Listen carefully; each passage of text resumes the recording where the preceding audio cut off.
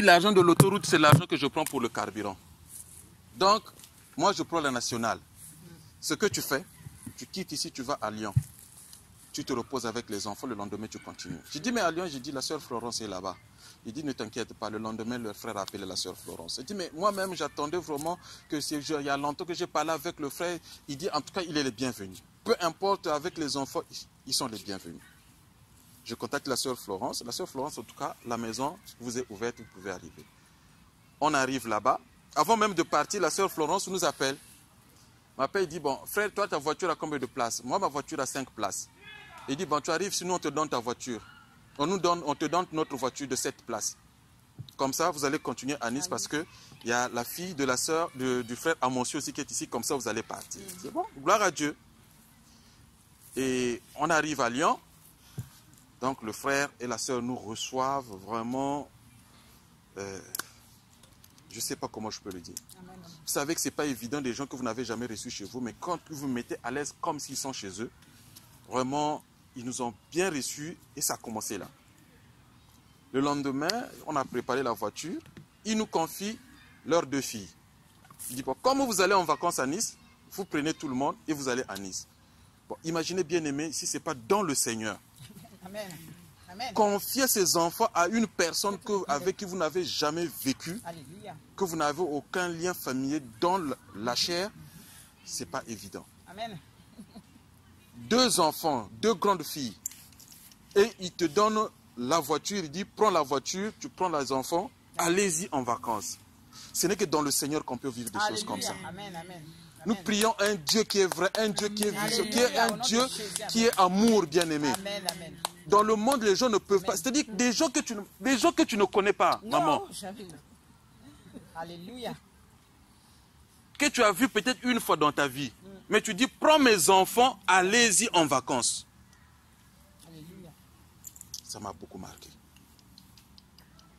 Et nous avons pris les enfants.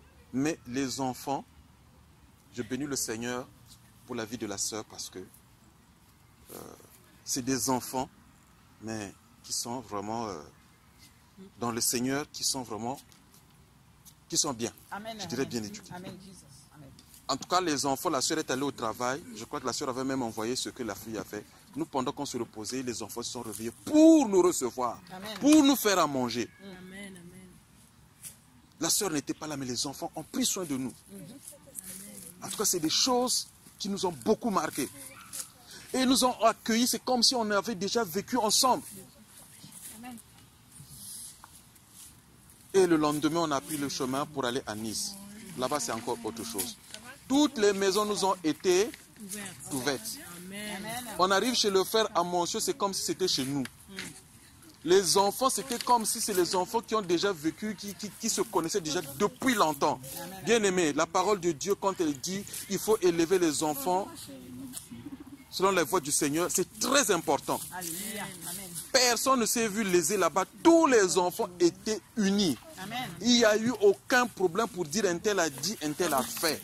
Quand il fallait qu'ils sortent, les enfants sortaient ensemble. Alléluia. Ils revenaient ensemble. Ils mangeaient ensemble. Ils jouaient ensemble. Amen. Pendant une semaine, combien de jours nous sommes restés à Nice? Vraiment, l'église de Nice nous a reçus. C'est comme si, bien aimé, on était chez nous. Amen. Et effectivement, on était chez nous. Vraiment, j'aimerais rendre ce témoignage pour nous dire que vraiment notre Dieu est amour. Alléluia. Et que quand nous l'avons accepté dans nos vies, nous produisons le fruit de l'esprit.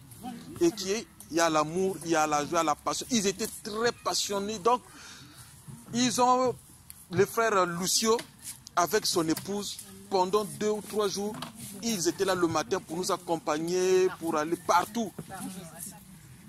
Vraiment, on a été vraiment bien reçus. Et j'aimerais en tout cas rendre ce témoignage pour dire que, mes frères et sœurs, nous ne sommes pas trompés de Dieu. Et que ce Dieu, il est amour. Et que j'avais vraiment bien voulu faire ce témoignage-là pour dire que partout où nous irons, et j'ai même compris que,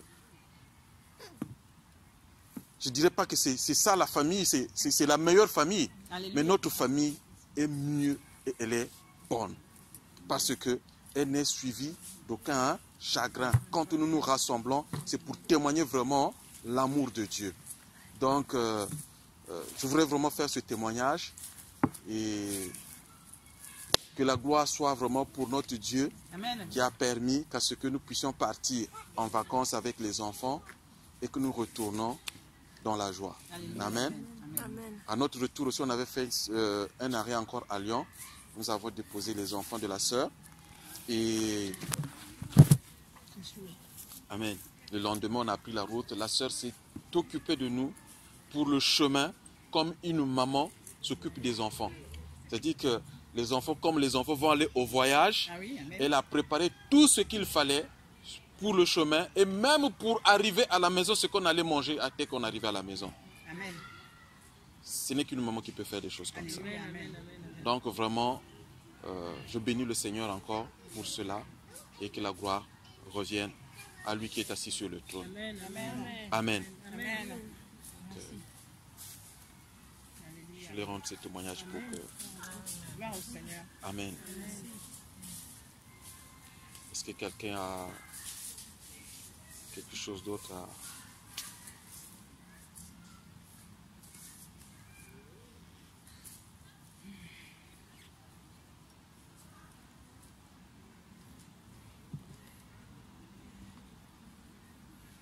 Gloire à Jésus.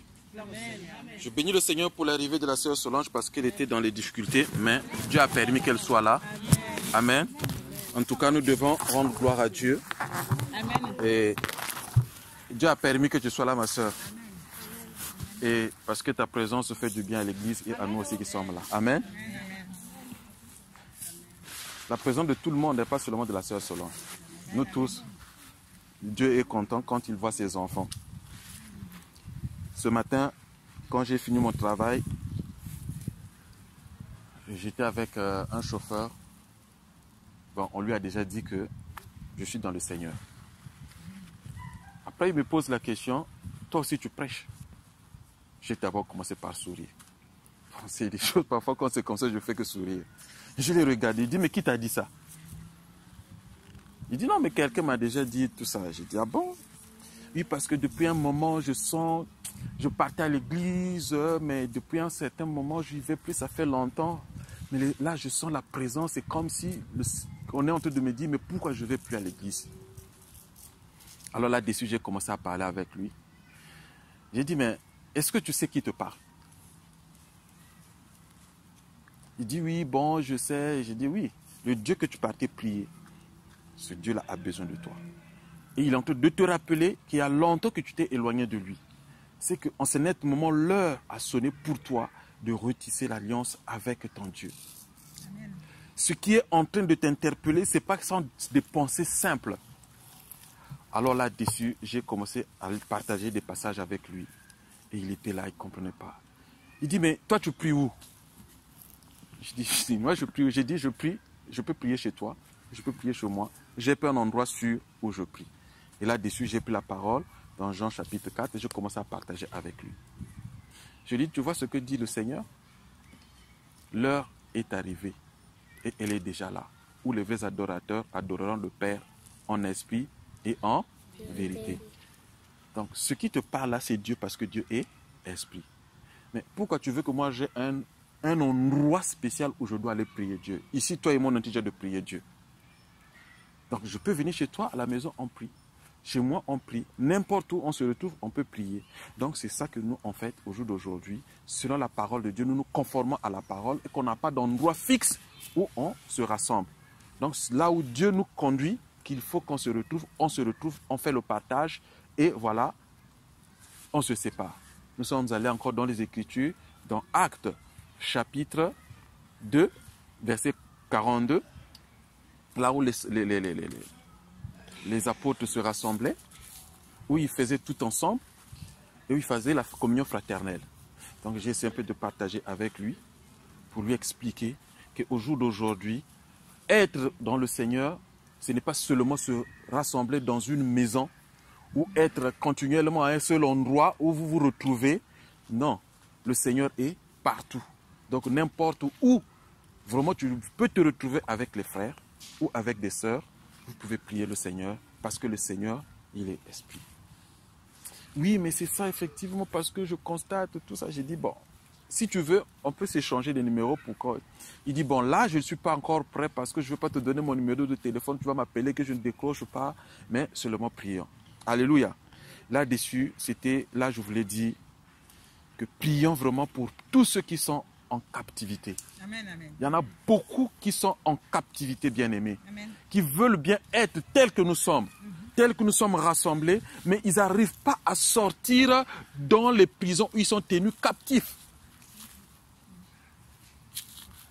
Ils voient bien ce qu'ils sont en train de vivre et ils savent pour certains qu'est-ce qui est bien, mais ils n'arrivent pas à faire le bien, mais ils continuent à marcher, à voler dans le mal parce qu'ils sont dans des prisons spirituelles. Et j'ai vu ce frère-là vraiment, j'ai dit que le Seigneur touche son cœur. J'ai prié, j'ai dit que le Seigneur touche ton cœur, à ce que ce qui est en train de bouillonner en toi sorte pour que vraiment tu arrives à prendre une bonne décision. Gloire à Dieu. Donc vraiment, moi personnellement, je suis dans la joie telle que nous sommes là rassemblés. C'est parce que le Seigneur nous fait du bien et il va encore nous faire du bien ce soir. Amen. Alléluia. Donc c'est ça que je voulais partager avec vous, le témoignage et ce témoignage aussi de ce matin, que vraiment nous demeurons dans la prière pour des frères qui sont dans les captivités, qui sont encore de l'autre côté.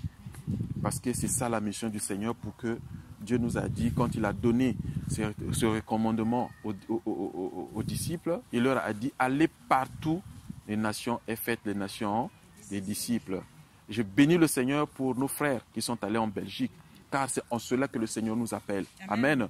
Il ne nous a pas appelés seulement pour demeurer à un seul endroit. Alléluia. Mais c'est aller partout. Il faut que les gens aillent partout. Et que pour nous aussi, ce n'est pas parce que les frères avec qui nous nous rassemblons ou les sœurs ne sont pas là et qu'on peut dire que qu'est-ce qui se passe. Non, frères, nous sommes ici tous appelés par le Seigneur. Nous sommes ici tous appelés par Dieu. Parce qu'il dit que c'est lui qui nous a appelés en premier. Amen.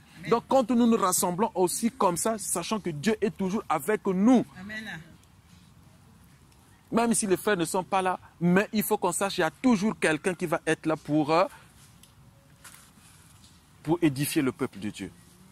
Gloire à Dieu. Amen. Même ici, il n'y a pas un homme, même si moi, je n'étais pas le frère qui en face n'était pas là avec nous, mais vous les femmes, même si vous êtes rassemblés, même en louant le Seigneur, en adorant le Seigneur bien-aimé, c'est très important. Amen. Alléluia.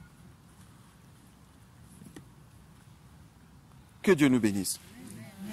Est-ce que quelqu'un avait quelque chose à dire?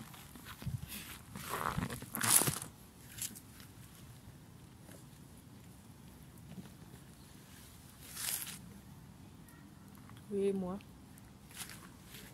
Allez. Bon. Bonjour à vous tous. Je pense que ça va être, je ne sais pas si c'est ma dernière communion avec vous. Je suis la maman de Stéphanie. Ah, gloire à Dieu. Et je suis venue, j'ai passé peut-être un mois ensemble. Je vais bientôt rentrer chez nous, ici au Cameroun. Bon, les mots me manquent pour apprécier le peuple de Dieu que j'ai trouvé. Je rentre, comme on dit dans notre jargon éducatif, le cœur A+, c'est-à-dire comblé. Amen. Tout ce que je peux dire, que vous continuez. Amen. Amen. Ainsi, vous multipliez les prières, ça m'a beaucoup intéressé. Et que Dieu vous bénisse Amen. au nom de Jésus-Christ. Mais j'ai un petit souci. Vous êtes ici, comme mon fils vient de dire. Il y a beaucoup dans nos villages en Afrique et un peu partout qui peuvent vouloir communier avec vous. Qu'est-ce qu'ils peuvent faire? C'est la question que je pose. Et si vous pouvez me donner une réponse avant que je ne parte, je serai très comblée en rentrant avec cette réponse. Que Dieu vous bénisse. Amen. Amen. La réponse, maman, que je peux donner, c'est que sois rassuré. Amen. Parce que Dieu a commencé un travail dans son église. C'est quelque chose que Dieu voulait faire depuis longtemps. Mais vous savez, là où il y a les enfants de Dieu, c'est là aussi l'ennemi rôde. Parce que sa parole le dit, dans 1 Pierre 5 que le diable est un lion rugissant qui rôde autour pour chercher qui dévorer. Là où il y a la vérité, là où les enfants de Dieu, le diable vient toujours pour semer le désordre. Mais quand toutes les portes sont fermées, alors que vraiment nous demeurons dans l'assurance, dans la sécurité, et soit en paix, mais je crois que le Seigneur fera. Ce qui est sorti de votre bouche, ce n'est pas à nous que vous l'avez dit, mais vous l'avez dit au Seigneur. Dieu qui est souverain, il permettra que ses enfants, que ses ministres, que lui-même, sur qui il a posé le sceau, viennent au Cameroun pour annoncer l'évangile. Amen. Merci. Amen. En tout cas, ça n'a fait que commencer. Là, tout à l'heure, comme on a rendu témoignage, ils sont en Belgique. Mais demain, pourquoi pas au Cameroun? Pourquoi pas en Côte d'Ivoire? Pourquoi pas là, tout à l'heure, j'ai rendu un témoignage qu'on était au Maroc il y a, je crois, 1 mois. Mais aujourd'hui, Dieu fait et il fera. Moi, j'ai cette assurance, j'ai cette foi dans le Seigneur que le Cameroun sera évangélisé au nom de Jésus-Christ de Nazareth. Donc, que le Seigneur soit glorifié. Amen. Mais en retour, nous allons partager un passage. Mais ce message-là va aussi être utile pour toi, maman. Parce que si Dieu a permis que tu viennes, tu n'es pas venu en vain. C'est pour aussi que tu vois, que tu entendes. Mais le Seigneur lui-même va nous conduire dans ce qu'on va partager ensemble. Amen. Amen. Là-dessus, on va aller dans la parole de Dieu. J'aimerais qu'on aille dans le livre de Jean.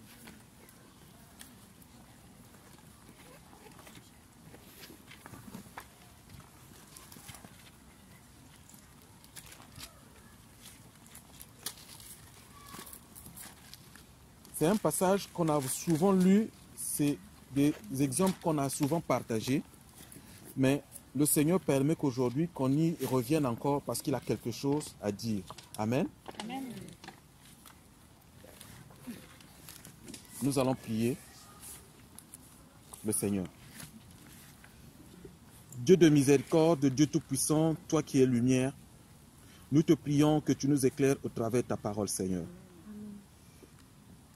Nous te prions que cette parole, Seigneur mon Dieu, qui va être semée, tombe sur des bonnes terres. Amen. Oh l'Éternel, en germant, que ça puisse donner de bons fruits. Les fruits de l'Esprit, Seigneur Jésus, qui est de Nazareth. Oh Dieu de gloire, Dieu de miséricorde, dispose nos cœurs et que la bouche qui va aussi parler l'Éternel, mon Dieu, que tu mettes les mots, Éternel, mon Dieu, pour édifier ton peuple. Seigneur, Jean avait dit que lui qui s'abaisse afin que toi, Jésus, qui est de Nazareth, tu puisses croître. Voilà pourquoi moi je m'abaisse, que ce ne soit pas moi, mais que ce soit toi qui nous parle, Éternel, mon Dieu. Ce n'est pas ce que certainement que je pense dire, mais ce que toi tu veux nous dire, parce que Seigneur, c'est toi qui nourris ton peuple. Papa, merci encore pour cette parole qui va être enseignée et qui va être, l'Éternel, mon Dieu, Papa, libérée en venant vers nous et que nous soyons sauvés. Seigneur, merci pour la disposition de cœur. Merci pour l'accomplissement de ce qui va être fait.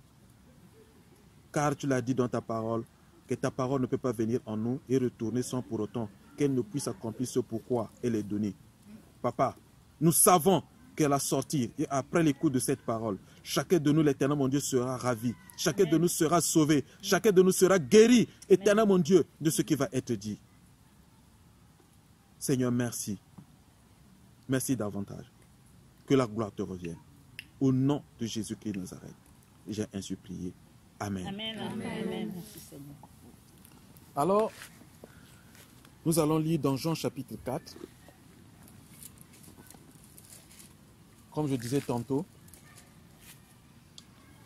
le Seigneur nous met à cœur de partager sur ce passage.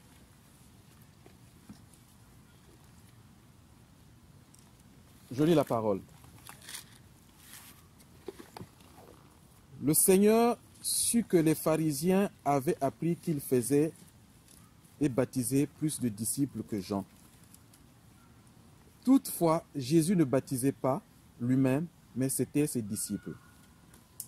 Alors, il quitta la Judée et retourna en Galilée. Comme il fallait qu'il passât par la Samarie, il arriva dans une ville de Samarie nommée Sichar, près du champ que Jacob avait donné à Joseph, son fils. Là se trouvait le puits de Jacob. Jésus, fatigué du voyage, était assis au bord du puits. C'était environ la 6e heure.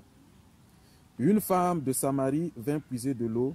Jésus lui dit, « Donne-moi à boire. » Car ses disciples étaient allés à la ville pour acheter des vivres. La femme samaritaine lui dit, « Comment toi, qui es juif, me demandes-tu à boire, à moi qui suis une femme samaritaine? » Les Juifs, en effet, n'ont pas de relation avec les Samaritains. Jésus lui répondit, « Si tu connaissais le don de Dieu et qui est celui qui te dit, « Donne-moi à boire », tu lui aurais toi-même demandé à boire, et il t'aurait donné de l'eau vive. » Seigneur, lui dit la femme, « Tu n'as rien pour puiser, et le puits est profond. D'où aurais-tu donc cette eau vive? Es-tu le plus grand que notre père Jacob, qui nous a donné ce puits, et qui en a bu lui-même, ainsi que ses fils et ses troupeaux? » Jésus lui répondit, « Quiconque boit de cette eau aura encore soif, mais celui qui boira de l'eau que je lui donnerai n'aura jamais soif. Et l'eau que je lui donnerai deviendra en lui une source d'eau qui jaillira jusque dans la vie éternelle. » La femme lui dit, « Seigneur, donne-moi cette eau, afin que je n'ai plus soif et que je ne vienne plus puiser ici. » « Va, lui dit Jésus, appelle ton mari et viens ici. La femme répondit, « Je n'ai point de mari. » Jésus lui dit, « Tu as eu raison de dire, je n'ai point de mari, car tu as eu 5 maris, et celui que tu as maintenant n'est pas ton mari. En cela, tu as dit vrai. » « Seigneur, lui dit la femme, je vois que tu es prophète. Nos pères ont adoré sur cette montagne, et vous dites, vous, que le lieu où il faut adorer est à Jérusalem. Femme, lui dit Jésus, crois-moi, l'heure vient où ce ne serait ni sur cette montagne, ni à Jérusalem, que vous adorerez le Père. Vous adorez ce que vous ne connaissez pas. Nous adorons ce que nous avons, ce que nous connaissons, car le salut plutôt vient des Juifs. Mais l'heure vient et elle est déjà venue où les vrais adorateurs adoreront le Père en esprit et en vérité, car ce sont là les adorateurs que le Père demande. Dieu est esprit et il faut que ceux qui l'adorent en esprit et en vérité. Amen. J'ai préféré faire la lecture parce que s'il y a des passages, en fait, certainement qu'on ne pourra pas, des versets qu'on ne pourra pas lire pendant qu'on va s'exhorter. C'est pour que déjà qu'on sache de quoi il s'agit. Alors, la parole de Dieu nous parle de Jésus et d'une femme samaritaine. Alors, c'est une histoire que le Seigneur, en fait, la parole de Dieu nous explique que le Seigneur Jésus-Christ de Nazareth était d'un point et il partait à un autre point. Mais ce qui fait qu'en chemin, le Seigneur va faire une rencontre. Au premier chapitre, au premier verset, il dit, « Le Seigneur sut que les pharisiens avaient appris qu'il faisait baptiser plus de disciples que Jean. Toutefois, Jésus ne baptisait pas lui-même, mais c'était ses disciples. Alors, il quitta la Judée et retourna en Galilée. » Donc, Jésus va quitter la Judée pour retourner en Galilée. Là, nous sommes au verset 3. Au verset 4, la parole de Dieu nous dit, comme il fallait qu'il passât par la Samarie, donc c'est sur le trajet que le Seigneur Jésus-Christ de Nazareth va faire une rencontre. Donc, comme il faut qu'il passe par la Samarie, il arriva dans une ville de Samarie. Comme il passa par la Samarie, il arriva dans une ville de Samarie nommée Sichar, près du champ que Jacob avait donné à Joseph. Jésus, fatigué du voyage, était assis au bord du puits. C'était environ la 6e heure. Une femme de Samarie vint puiser de l'eau. C'est par là, en fait, que ce passage a commencé à attirer mon attention. La parole de Dieu nous dit qu'une femme samaritaine va aller au puits pour aller puiser de l'eau. Et je sous-entends là que c'est un mouvement que cette femme avait l'habitude de faire. C'est comme nous, quand nous sommes au village, chaque matin, les femmes vont à l'eau pour puiser de l'eau. Il y en a qui vont au champ, par exemple, dans les travaux champêtres. Donc, chacun a des activités. Mais cette femme, à cette heure-là, il lui a plu d'aller au puits pour aller puiser de l'eau. Et sur son parcours, en fait, elle va faire une rencontre. Nous sommes au verset.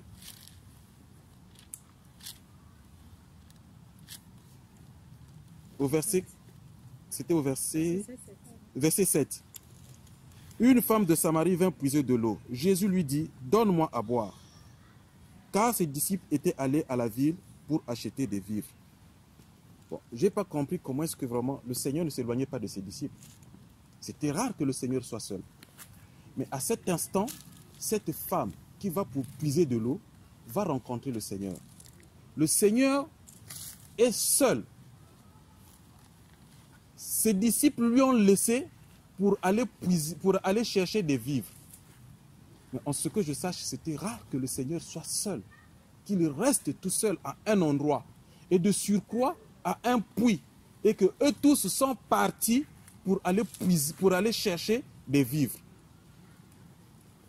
Mais là-dessus, le Seigneur a attiré mon attention. En fait, je commençais à penser, j'ai dit, mais quand je vois l'histoire de ce qui va se passer dans la vie de la femme, c'est que le Seigneur voulait qu'en cet instant-là, que ce qui va se passer dans la vie de cette femme-là, que ce soit elle et le Seigneur. Donc c'est pourquoi deux fois dans nos vies aussi bien-aimées, nous pouvons être dans des situations difficiles. Nous pouvons avoir des problèmes que nous avons endurés depuis longtemps. Mais le jour de la libération, le jour du déblocage de ce problème, le jour de la guérison, il se peut que tu sois seul.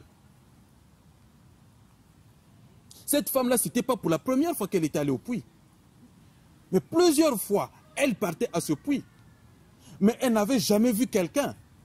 Le Seigneur aussi, plusieurs fois, il se promenait. Mais à aucune fois, on l'a laissé seule. Mais pourquoi à cet instant-là, la femme va se retrouver seule avec le Seigneur Jésus-Christ de Nazareth? Personne n'a eu l'idée même de dire que non. Le Seigneur, tu ne peux pas rester seul. Vous pouvez partir. Moi, je vais rester avec le Christ. Mais ils sont tous partis. Le Seigneur est resté seul. Et la femme aussi, elle était seule. Mais c'était une femme aussi, certainement, qui cherchait, dans les situations qu'il avait, dans des problèmes qu'elle avait, elle cherchait aussi une solution. Parce que personne ne voudra toujours être seul. Personne ne va toujours chercher à être dans les situations ou dans les problèmes que nous traversons. Mais ce jour-là, une rencontre va être faite entre le Seigneur et cette femme samaritaine. Et c'était à quelle heure? C'était à 6 heures. Gloire à Jésus. Amen. La femme samaritaine lui dit, comment toi qui es juif me demandes-tu à boire, à moi qui suis une femme samaritaine? Alléluia. Amen, amen. Jésus va demander de l'eau à cette femme. Mais cette femme qui va au puits prendre de l'eau, elle est allée avec quoi? Avec un récipient. Parce qu'on ne peut pas aller prendre de l'eau main vide. Nous avons des récipients avec lesquels nous prenons de l'eau. Donc elle est allée telle qu'elle était, mais ne sachant pas ce qui allait se passer en ce jour-là. Elle avait déjà ses habitudes, mais ce jour-là, elle était encore dans ses habitudes, ne sachant pas ce qui allait se passer dans sa vie. Elle était dans ses problèmes, ne sachant pas ce qui allait se passer selon les problèmes qu'elle vivait. Mais le Seigneur Jésus-Christ de Nazareth, qui est le Dieu Tout-Puissant, qui est le Seigneur et le Sauveur, qui connaît toujours nos projets, alléluia. Lui-même, il le dit, même quand il était avec les disciples, même quand il était avec les pharisiens, il leur disait que même si vous faites quelque chose, moi je le sais davantage avant même que vous ne me le dites, alléluia. Parce que Jésus savait à ce jour-là et à cette heure-là, quelque chose allait se passer. Un miracle allait se produire. Et Jésus savait qu'il allait faire la rencontre d'une personne qui souffrait et qu'à cette personne qui allait recevoir quelque chose de sa part. Amen. Gloire à Dieu. La parole de Dieu nous dit que le Seigneur va demander de l'eau à cette femme. Donne-moi à boire. Et la femme va lui dire, comment toi qui es juif, peux-tu demander de l'eau à moi qui suis samaritaine? Pourquoi? Parce que le peuple samaritain était considéré comme un peuple impur. Donc du coup, il n'y avait pas de rapprochement entre les juifs et les samaritains. Bon, imaginez que le Seigneur qui vient, qui voit une femme d'un peuple qui était considéré comme impur. Mais le Seigneur va lui demander de l'eau. Bien-aimé, avec le Seigneur, il n'y a pas de distinction. Alléluia, amen. Il n'y a pas d'acception avec le Seigneur. Amen. Nous sommes tous un en Jésus-Christ de Nazareth. Voilà le témoignage que je venais de donner tout à l'heure. Vous savez, les gens qui nous ont reçus à Lyon, c'est la sœur. Elle est d'origine camerounaise. Mais à Nice, ce sont les frères. Il y a des Portugais, il y a eu un Camerounais, il y a eu Cap-Verdien. Enfin, ça c'est dans le monde. Ça c'est des appellations du monde. Amen. Il y a des Angolaises. Alléluia. Mais bien aimé, quand nous sommes arrivés là-bas, en tout cas, il n'y a pas eu de distinction. Alléluia. Moi, je viens du Congo-Brazzaville. Amen. Mais s'il fallait nous voir dans l'amour fraternel qui a dégagé selon le Seigneur bien-aimé, non, ce n'est pas possible. Gloire à Dieu. Le Seigneur n'a pas vu l'origine de cette femme, mais le Seigneur a eu compassion de la vie de cette femme. Alléluia. Alléluia. Il lui demanda de l'eau, donne-moi à boire. Mais voilà cette femme qui va dire au Seigneur, comment toi qui es juif peux-tu me demander à boire? Sachant bien qu'il n'y a pas de rapport entre vous les juifs et nous les samaritains. Amen. Alors que là, le Seigneur Jésus-Christ de Nazareth va lui dire, si tu, au verset 10, Jésus lui répondit, si tu connaissais le don de Dieu et qui est celui qui te dit, donne-moi à boire. Si tu connaissais le bien-aimé, c'est là où j'ai commencé à dire, nous ne savons pas le don que nous avons de la part de Dieu. Si tu connaissais le don de Dieu et qui est celui qui te dit, donne-moi à boire.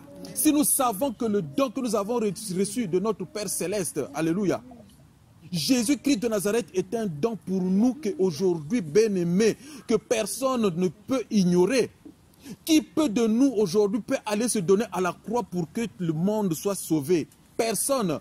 Même dans notre propre famille, personne ne peut se sacrifier. Même les enfants que nous-mêmes nous avons mis au monde, personne ne peut aller se mettre à la croix pour sauver les enfants. Mais Jésus-Christ de Nazareth est venu pour nous. Il s'est donné en sacrifice pour nous, pour que nous soyons sauvés. Alléluia. Et que cette femme ne savait pas qu'est-ce qui était devant lui. Et nous aussi aujourd'hui, parfois nous ignorons qu'est-ce qui est en nous. Je ne dirais pas devant nous parce que le Seigneur est avec nous. Il le dit dans 2 Corinthiens 5, 17. Je suis crucifié avec le Christ et si je vis, ce n'est plus moi qui vis, mais c'est Christ qui vit en moi. Donc nous ne pouvons plus dire que Christ est un don qui est devant nous, mais je dirais que c'est un don qui est en nous. Parce que si Christ est avec moi, bien aimé, c'est que je suis un don de Dieu. Donc il faut qu'on expérimente ça. Voilà pourquoi deux fois dans des problèmes, nous ne devons pas avoir des soucis. Nous ne devons plus, bien aimé, être dans le désespoir. Christ est avec nous. Christ s'est crucifié pour toi et moi. Il parle à cette femme, mais cette femme n'imaginait pas. Il dit, si tu savais quel est le don de Dieu, il dit un don de Dieu. Et qui est celui qui te dit, donne-moi à boire? Tu lui aurais demandé toi-même quoi? De l'eau. Alléluia. En quoi avons-nous notre espoir? En quoi avons-nous notre espérance? En qui avons-nous mis la foi? En qui espérons-nous, bien-aimés? Cette femme ne savait pas encore ce qui était devant lui. Est-ce qu'aujourd'hui, nous aussi, on peut encore ignorer qui est en nous?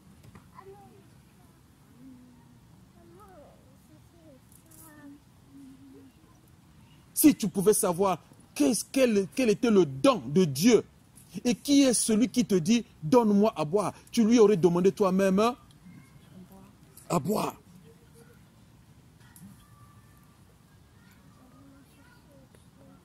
Au verset 11, non, au verset 10, il dit donne-moi à boire. Tu lui aurais toi-même demandé à boire et il t'aurait donné de l'eau vive. Il dit, il t'aurait donné de l'eau vive. Au verset 10, verset 11 plutôt, Seigneur, lui dit la femme, tu n'as rien pour puiser. Et le puits est profond. D'où auras-tu donc cette eau vive? Gloire à Dieu. Cette femme aussi répète, tel que le Seigneur lui a dit, où auras-tu cette eau vive?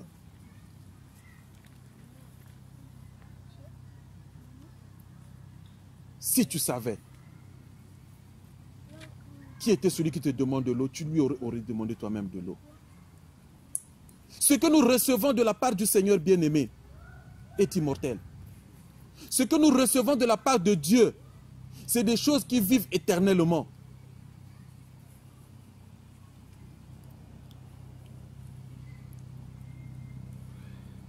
Alors, Seigneur, lui dit la femme, tu n'as rien pour puiser. Et au verset 12, il dit, es-tu plus grand que notre père Jacob qui nous a donné ce puits? Es-tu plus grand que notre père Jacob qui nous a donné ce puits et qui en a bu lui-même, ainsi que ses fils et ses troupeaux? Gloire à Dieu. Là, la femme était encore superficielle. Elle ne comprenait pas ce qui était en train de se passer dans sa vie. Elle ne réalisait pas encore que sa vie était en train de changer. Parce qu'elle était encore en train de discourir. Mais le Seigneur Jésus était en train d'avancer. Parce que si seulement le Seigneur avait commencé à lui dire, femme, voilà ce que tu as, voilà les problèmes que tu as, la femme là n'allait pas croire et n'allait pas tout de suite accepter ce que le Seigneur lui disait. Donc le Seigneur va commencer par lui demander de l'eau. Mais nous allons comprendre, est-ce que si c'est réellement, c'est de l'eau vraiment tel qu'il est écrit, tel qu'on peut savoir qu'il s'agissait? Est-ce que c'est vraiment de l'eau que le Seigneur voulait réellement? Gloire à Dieu. Le Seigneur va lui dire, Jésus lui répondit, quiconque boit de cette eau aura encore soif. Mais celui qui boira de l'eau que je lui donnerai n'aura jamais soif. Et l'eau que je lui donnerai deviendra en lui une source d'eau qui jaillira jusqu'à... Alléluia. Bien-aimé, voilà, Jésus commence à être explicite, commence à être vraiment clair avec la femme, parce que la femme ne comprenait pas encore de quelle eau le Seigneur est en train de lui parler. Parce que la femme parle du puits et de l'eau que Jacob a bu lui-même, lui et ses enfants, lui et ses troupeaux. Alors là, le Seigneur va aller encore beaucoup plus loin pour lui faire comprendre. Mais l'eau dans laquelle que moi je te parle, ce n'est pas de l'eau que, en fait, que toi tu es en train de puiser. Parce que l'eau que moi je te parle, c'est une eau, si tu la bois, cette eau, si tu l'as, tu garderas cette eau-là, cette source d'eau va jaillir en toi jusqu'à la vie éternelle. Mais quelle est cette eau bien-aimée au jour d'aujourd'hui que tu vas boire qui va rester en toi éternellement? Nous savons que quand nous buvons de l'eau, dans 2 matins, nous allons sortir cette eau, ça sort du corps. Mais quelle est cette eau que la personne est en train de te dire que s'il te donne cette eau sera comme une source en toi qui jaillira éternellement.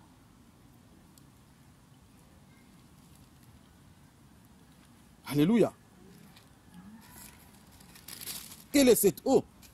Et la femme lui dit, Seigneur, donne-moi cette eau afin que je n'ai plus soif et que je ne vienne plus puiser ici. Ah, gloire à Dieu. Gloire à Dieu. Là, la femme commence à comprendre. Elle dit, mais elle a compris que finalement, l'eau dans laquelle moi je parle, ce n'est pas de la même eau que lui il parle. Parce que s'il dit que cette eau va rester en moi, ça sera comme une source d'eau qui jaillira. Et que cette eau, je la garderai éternellement. Non, cet homme-là me parle de quelque chose d'autre. Cet homme-là n'est pas en train de parler de ce que moi je conçois dans ma conception. Et cet homme ne me parle pas de ce que moi j'ai l'habitude de boire. Certainement, il y a une autre eau qui existe et que moi je ne connais pas et que moi je n'ai pas encore en moi. Alors il faut que c'est que lui finalement qui m'en parle. Il faut que tu lui demandes. Alors, Seigneur, donne-moi cette eau pour que je puisse boire et que je ne vienne plus aussi ici au puits. Alléluia. Amen. Non, gloire à Dieu. C'est-à-dire que j'ai dit, mais finalement, à sa place, cette femme, je raisonnerais de la même sorte. Parce que tu ne peux pas voir quelqu'un qui sort, je dirais, peut-être du néant, que tu n'as jamais vu, que tu n'as jamais rencontré, mais qui commence à te dire qu'il peut te donner de l'eau qui est beaucoup mieux que l'eau que toi tu viens puiser tous les matins ici. Et il te dit que cette eau-là, s'il te la donne, tu ne viendras plus puiser. Il dit, mais donne-moi cette eau finalement, pour que moi aussi, les tours que je multiplie à longueur de journée, que je ne les multiplie. Si maintenant c'est un robinet que tu viendras mettre sous mon toit, quand j'en aurai besoin, ben j'ouvre, je puise de l'eau. Alléluia. Parce qu'il dit que tu ne viendras plus puiser de l'eau ici. Gloire à Dieu. Mais c'est de quelle eau il s'agit? Il y a de ces choses qu'au jour d'aujourd'hui, bien aimé, que nous devons demander à Dieu. Seigneur, je veux ceci, pour que je n'ai plus ça. Je veux ça, pour que je n'ai pas. Parce que nous sommes libres en Jésus-Christ de Nazareth. Alléluia. Amen. Nous sommes libres en Jésus-Christ de Nazareth. Et il est en train de le démontrer à cette femme-là que ce que moi je vais te donner, ça sera une source d'eau qui jaillira, qui ne va plus s'arrêter. Amen. Et tu garderas cette eau, tu vivras, tu boiras cette eau jusqu'à la vie éternelle. Donc même si tu meurs, cette eau-là, tu l'auras toujours. Alléluia. Alléluia. Mais quelle est cette eau bien-aimée? Le liquide de l'eau, c'est quand tu vois un cours d'eau qui passe. Mais quelle est cette eau? Alléluia. Amen. Les Écritures sont en train de nous le dire. Alléluia. Gloire à Dieu. Au verset 16, la parole de Dieu nous dit, le Seigneur lui dit, va, lui dit Jésus, appelle ton mari et viens ici. Va, appelle ton mari et viens ici. Bien-aimé, rendons-nous compte, on est en train de parler de l'eau. Toi, tu m'as dit, tu vas me donner de l'eau, tu commences à parler de ma vie. Gloire à Dieu. Amen. Je vais te demander le sac, Mamotek. Donne-moi ton sac. Mais sur le sac que toi, tu es en train de dire, mon sac est vieux, je ne peux pas te le donner tel que je vois. Je dis que, mais si tu savais qui te demande le sac, toi-même, tu lui aurais donné un sac qui certainement qu'il t'aurait donné un sac nouveau. Tu vas me dire, bon, d'accord, je vais de ce sac-là, il est vieux pour que je l'abandonne aussi. Mais je ne suis plus sur le sac et je te dis maintenant, va appeler ton fils. Mais quel rapport il y a entre le sac et le fils? Deux choses bien différentes. On parle de l'eau, maintenant je te dis, donne-moi de l'eau. Toi, tu commences à dire, de me demander d'aller appeler mon mari. Mais à un moment donné, de jour d'aujourd'hui, bien-aimé, il y a de quoi tu vas commencer à trouver, c'est la louche. Dis, mais cet homme-là est en train de blaguer avec moi. Écoute, arrête tes histoires, moi je m'en vais. Mais cette femme-là a persévéré et elle s'est dit qu'il faut que je vive la réalité de cette eau qu'on me parle. Je dois voir exactement de quelle eau on me parle. Elle n'a pas eu de discours, elle n'a pas eu de pensées de révolte dans sa tête. Mais elle est restée attentive à écouter, d'aller jusqu'au bout de ce que l'homme qu'elle a rencontré sur son chemin était en train de lui dire. Gloire à Dieu. Amen. Tu es allé pour puiser de l'eau, mais en chemin, tu rencontres quelqu'un qui commence maintenant à parler, te dit que va appeler ton mari. Il y a quel rapport entre l'eau que je suis venu puiser, l'eau que tu me demandes, l'eau que tu veux me donner, et tu appelles maintenant mon mari? Il y a quel rapport? Mais ça, c'est ma vie. On peut raisonner comme ça aujourd'hui. Amen. Tu n'as rien à voir avec ma vie, c'est ma vie. Gloire à Dieu. Mais il y a des choses cachées en nous qui font de nous qui font des problèmes dans nos vies, mes frères, mes sœurs. Alléluia, amen.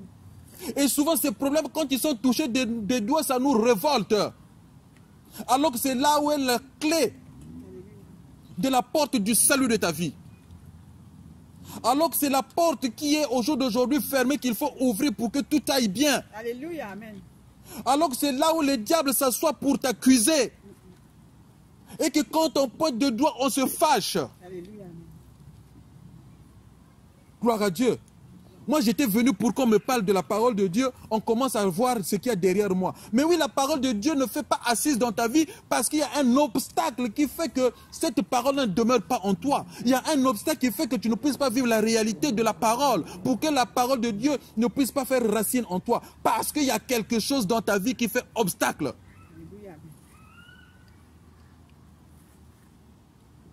Gloire à Dieu. Parce qu'il fallait que d'abord cette femme-là puisse se débarrasser de certaines choses pour que l'eau vive que le Seigneur lui a promis puisse lui être donnée. Alléluia, amen. C'est la condition que la femme, elle devait répondre, à la condition à laquelle la femme devait répondre. Le Seigneur va lui dire, va, appelle ton mari et viens avec lui. Quelle est la réponse que la femme lui donne? Je n'ai pas de mari. Je n'ai pas de mari. La parole de Dieu. Amen. Oh Seigneur. La femme répondit, je n'ai pas de mari.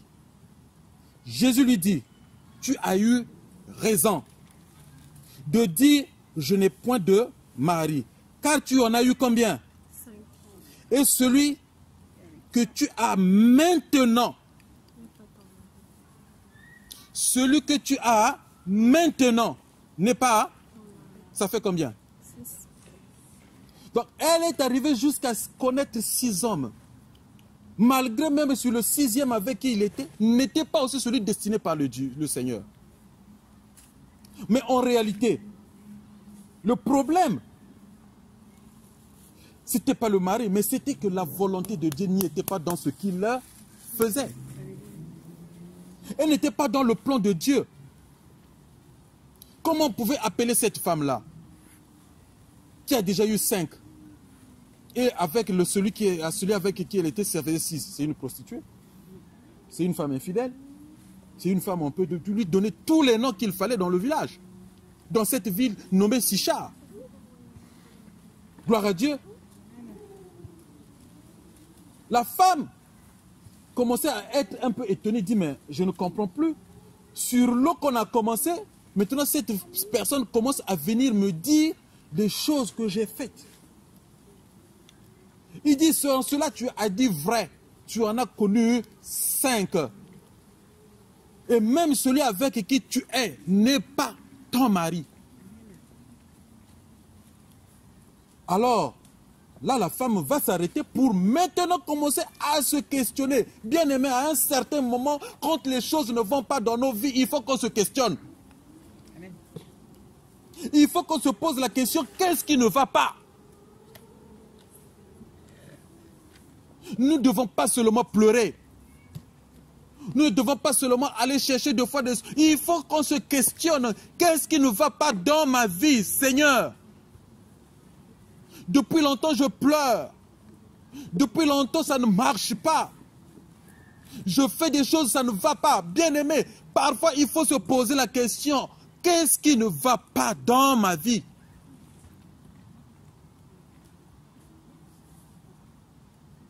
Il y a des fois des choses que nous faisons. Cette femme-là ne savait pas que ce qu'elle est en train de vivre ne plaisait pas au Seigneur. Mais il fallait qu'on le lui rappelle.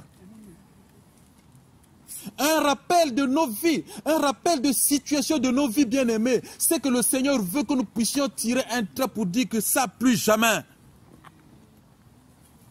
Il faut qu'on arrive à prendre de nouvelles résolutions, ne demeurant pas dans des choses qui ne glorifient pas le Seigneur. Alléluia, amen. Quand cela t'est interpellé par le Saint-Esprit, il faut prendre un moment pour s'arrêter et se questionner, se dire ça, qu'est-ce que la parole de Dieu me dit?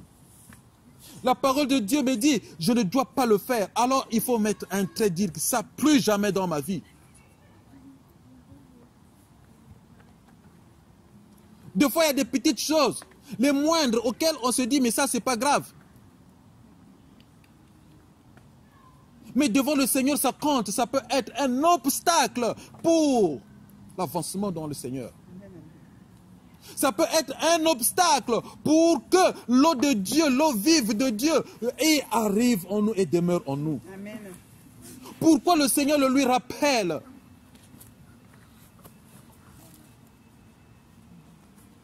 Il y a des fardeaux que nous portons continuellement depuis nos jeunes âges. Jusqu'à aujourd'hui, nous continuons à porter ces fardeaux. Mais jusqu'à quand? Il faut qu'on s'en débarrasse.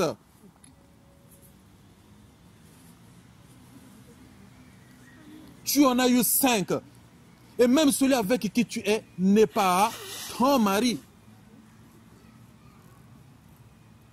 Elle, c'était le mari. Mais moi, ça peut être peut-être les allocations que je touche qui ne sont pas normales. Je fais des faux papiers pour dire que voilà, je suis seul ou je suis comme ça, je prends des allocations. Et ça aussi, ça peut être des maris ou comme des femmes qui ne glorifient pas au Seigneur. Ça peut être la tricherie, ça peut être le mensonge, ça peut être pêle-mêle des choses qui ne glorifient pas le Seigneur. Et le Seigneur dit, comment veux-tu que moi, mon eau arrive vers toi si déjà ça, c'est pas réglé dans ta vie?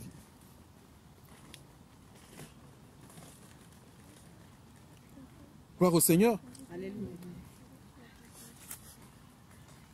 Car tu as eu 5 maris et celui que tu as maintenant n'est pas ton mari.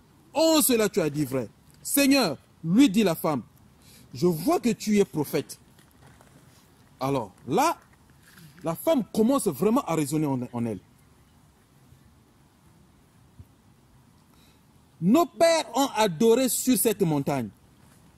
Et vous dites, vous, que le lieu où il faut adorer est à Jérusalem. Vous savez, souvent il y a un discours qui court parmi nous qui sommes de l'Afrique noire. Il y en a certains qui disent que voilà, nous adorons un Dieu des Blancs. On croit que le Dieu il est blanc. Donc le Dieu, on a... Hein? Comme s'il avait une couleur. Comme s'il avait une couleur. Merci ma soeur. Comme si le Dieu avait une couleur. Mais on va voir ça tout à l'heure. Cet enseignement, on l'avait déjà, je bénis le Seigneur, Dieu avait inspiré ses serviteurs. On a eu cet enseignement-là, que Dieu était de quelle nationalité, de quelle couleur. Mais le Dieu avait éclairé, nous avait éclairé au travers de ses serviteurs sur ce passage. Amen. Amen. On dit que vous adorez, nos pères adoraient sur cette montagne. C'est la femme qui commence à raisonner. Amen. Comme nos villages. Il y a des adorations qui vont se faire sur les montagnes. Il y en a d'autres qui vont au bord des eaux. Il y en a d'autres qui vont au bord des champs, dans des plantations, ainsi de suite. Gloire à Dieu. Mais c'est qui en réalité on va adorer là-bas en fait? C'est ça. Donc il fallait aller chaque saison, aller adorer, faire une adoration là-bas. Et c'est en cela que les gens croyaient. Et c'est en cela qu'on se faisait même des statues. En cela, on se faisait pas mal de choses qui accompagnaient ces adorations. Et c'est en cela que cette femme se réfère. Elle dit que nous, nos parents nous ont initiés. Nous, nos parents nous ont enseigné qu'il fallait aller à tel endroit pour adorer. Alléluia. Et c'est en cela que nous avons grandi. Voilà pourquoi nous voyons bien aimé qu'il y a beaucoup de problèmes dans nos familles. Parce que ces adorations-là, c'est source de problèmes, source de malheur, source de blocage, source de malédiction. Ces adorations-là n'ont pas donné de bons fruits. Gloire à Dieu. Ces adorations-là n'ont pas donné de bons fruits. Quand je me suis converti, je commençais à couper tous les liens de la famille.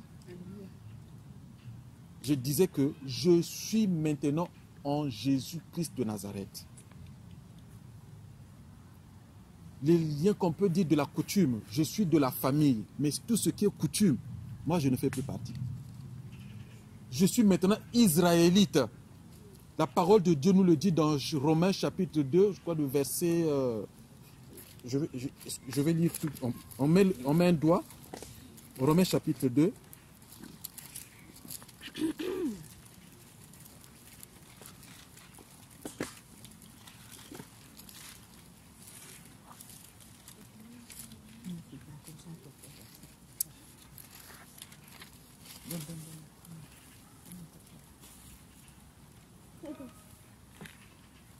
Verset 28. Il dit, le juif, ce n'est pas celui qui en a les dehors. Et la circoncision, ce n'est pas celle qui est visible dans la chair. Mais le juif, c'est celui qui l'est intérieurement. Donc de la circoncision du cœur. Celui qui l'est intérieurement. Donc si on dit que Jésus est le roi des Juifs, donc nous qui sommes circoncis du cœur, c'est notre roi. Nous sommes juifs. C'est ce que nous dit la parole de Dieu. Amen. Et la circoncision, c'est celle du cœur. Ah, c'est ça que la parole de Dieu est en train de nous dire. Donc quand nous sommes circoncis du cœur, alors on est juif. Nous ne le sommes pas extérieurement, mais nous le sommes intérieurement. Selon l'esprit et non selon la lettre. La louange de ce juif ne vient pas des hommes, mais de Dieu. Gloire à Dieu. Amen. Donc ça ne vient pas de nous les hommes, mais ça vient de Dieu. Donc c'est pour que nous puissions comprendre, bien-aimés, le Dieu que nous adorons, comme les autres dieux le disent, veulent le penser que c'est un Dieu des blancs. Mais est-ce qu'ici on nous a dit que c'est le blanc seulement qui est circoncis de cœur? Il y en a même nous, peut-être nous sommes même beaucoup plus circoncis que eux. Parce que nous avons cru en ces dieux-là. Alléluia.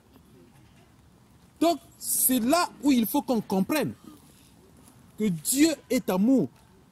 Et il ne fait exception de personne. Donc, cette femme va commencer à dire, nous, nos pères ont adoré sur des montagnes. Mais ça n'a pas donné de bons fruits. Gloire à Dieu. Seigneur, lui dit la femme, je vois que tu es prophète. Nos pères ont adoré sur cette montagne.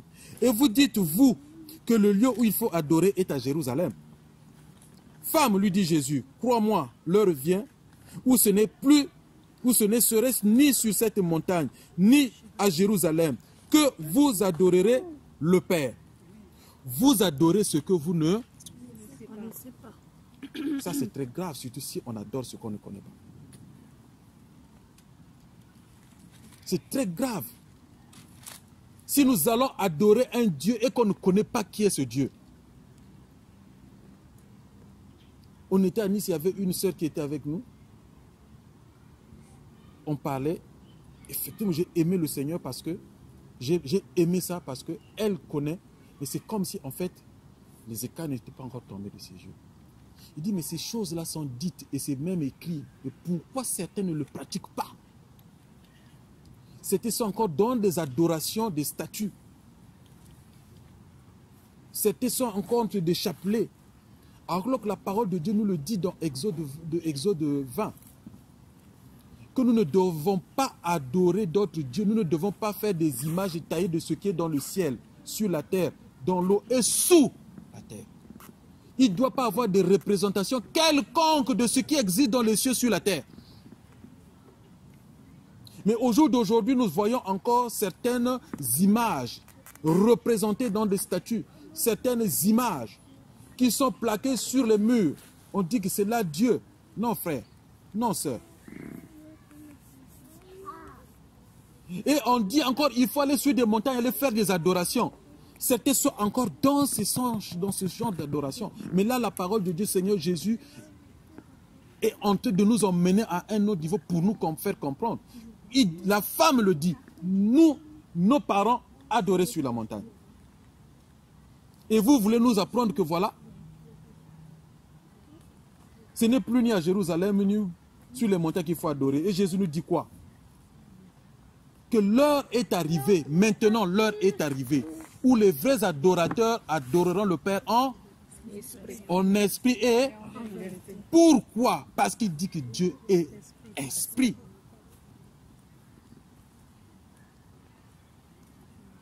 Donc, si vous prenez, on prend une statue et qu'on la met quelque part, et que c'est lui qui devient Dieu, ça veut devenir quoi? Une idole. Alors que ces choses-là nous ont été défendues depuis.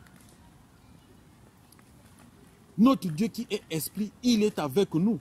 Et il sera avec nous jusqu'à la fin des temps.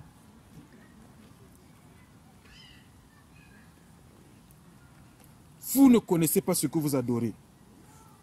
Mais, dit le Seigneur, l'heure vient, au verset 23, et elle est déjà venue, où les vrais adorateurs adoreront le Père en esprit et en vérité. Car ce sont là les adorateurs que le Père demande. Le Père recherche. Donc nous devons adorer notre Dieu en esprit et en vérité. Au verset 24 dit, Dieu est esprit. Il faut que ceux qui l'adorent, l'adorent en esprit et en vérité. La femme lui dit, je sais que le Messie doit venir. Verset 25. Je sais que le Messie doit venir. Celui qu'on appelle Christ. Quand il sera venu, il nous annoncera toutes choses. Jésus lui dit, je le suis, moi qui te parle. Bien-aimé, c'est tellement bon que d'être en face, d'être avec le Seigneur. C'est tellement bon que nous marchons dans l'assurance avec le Seigneur. Quand nous faisons une bonne rencontre avec le Seigneur, nous ne pouvons plus être la même personne. Parce qu'il a dit à cette femme que si moi je demeure en toi, si je te donne ce que tu vas recevoir, ça ne sera pas pour une courte durée. Ça ne sera pas pour des heures. Mais c'est des choses que tu garderas éternellement. Ce matin, je posais la question à ce frère, j'ai dit, mais tu connais ton origine? D'où tu viens? Je lui ai déjà dit, tu ne me parles pas de ton père et de ta mère. Il dit de Caïn. Non, il dit d'Abel et d'Adam et Ève. J'ai dit, ah, tu viens d'Adam et Ève? Oui. Oh, les descendants d'Abraham, tout ça. J'ai dit, voilà, mais qui a créé Adam et Ève? Dieu. Donc tu es une créature de Dieu. Et tu sais d'où, après ce monde, où iras-tu? Il dit, ouais, bon, c'est vrai, je ne sais pas, parce que c'est ça, effectivement. J'ai dit, voilà l'ignorance de l'homme. On peut savoir d'où on vient, mais on ne sait pas où on va aller. Et pendant ce temps, on ne sait pas pourquoi on est sur terre. Pourquoi on est sur terre? Et qu'après le dernier jour, quand on ira où? Si on sait que c'est le Seigneur, c'est Dieu qui t'a envoyé sur terre, c'est qui t'a envoyé pour une cause. Mais est-ce qu'accomplis-tu la cause pour laquelle l'Éternel Dieu t'a envoyé sur cette terre? Alors là, il était essoufflé. Je crois que c'est par là même qu'on s'était arrêté. C'est quand je lui ai dit, mais est-ce que tu penses que si aujourd'hui Dieu te retire le souffle de vie, toi, tu pourras aller? Là où il t'attend. Là, il était essoufflé, il ne pouvait plus parler. Il dit vraiment, on aura l'occasion d'en parler, comme on venait de finir le travail. Il dit, vraiment que Dieu se révèle à toi. Que l'heure est à sonner pour toi, pour que tu le recherches effectivement.